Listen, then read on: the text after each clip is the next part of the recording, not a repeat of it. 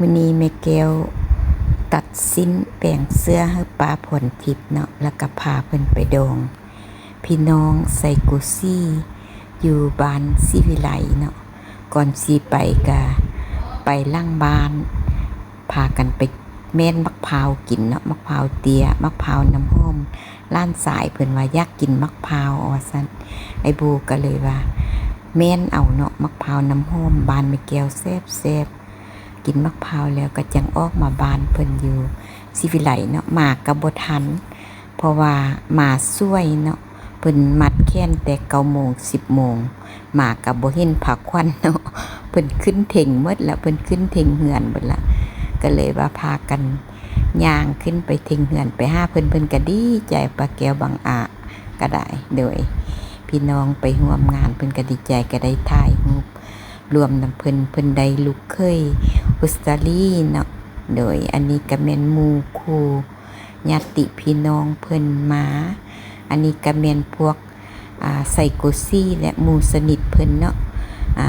กินข้าวห่วมผ่ากินปลาห่วมตอนนำกันอยู่ห้องหับแขกใหญ่เพิ่นอยู่ในเฮือนแม่แก้วกับปลากับล้านกับพอดีมาแล้วก็ได้มานั่งกินน้ำเพิ่นเนาะโอลมกันเรื่องพี่น้องปองป่ายนี่แหละมาแต่ทางได้อยู่ไส้ผู้ได้อยู่ไส้กะโอลมยืยามท่ามข่าวกันเนาะบ่เห็นกันนานฟ้าลายปีแดแล้วก็เลยว่ากินเข้าไปลมกันไปกับภาษาพี่น้องปองป่ายลมกันกะจนเพลินเนาะกินอาหารก็แซ่บมีแต่แนวแซ่บเจ้าตักให้ค่อยตักให้เจ้าอาหารนี้เป็นของอันนี้เจ้าของร้านอาหารเด้อมางานอยู่ในร้านอาหารยังบอกแดร้านอาหารคุณลาบแซ่บๆเด้ออาหารเพิ่นมีแต่แนวแซ่บๆเด้อผู้ใดอยากได้ก็ติดต่อได้เลยเด้อถ้าไปแก้วได้เด้อเจ้าบ่าวเจ้าสาวกะหิ้วเขาเนาะเจ้าบ่าวกะคนอุสตาลีอยู่แคมราเนาะอยู่บ้านน้องสาวแม่แก้วบ้านน้องสาวแม่แก้วก็อยู่แคมราเนาะคนก็มางานหลายเพิ่นก็สื่นประมาณ200 คนนี่แหละเนาะเฮ็ดอยู่บ้านเพิ่นก็กวางขวางดีอากาศก็ร้อนแต่ว่ามาบ้านเพิ่นมีต้นไม้ต้นโตกหลายเนาะก็เลยว่ายินไปแดก็บ่ร้อนปานใดผู้คนก็นั่งอยู่นอกใดเนาะอากาศก็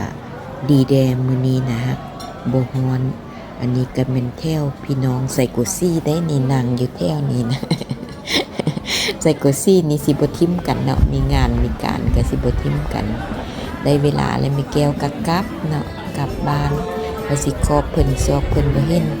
พอดีออกไปเห็นเพิ่นย่างเข้ามาเพิ่นก็เลยว่าไปถ่ายรูปนำกันก่อนเป็นที่ระลึกไว้ว่าซั่นนำกันหลายคนก็เลยว่าเข้าไปถ่ายรูปเนาะคลิปมาฮอดนี่ก็สิจบแต่เพียงเท่านี้ขอบใจหลายๆเด้อที่ติดตามคลิปแม่แก้วบ๊ายบายกลับก่อน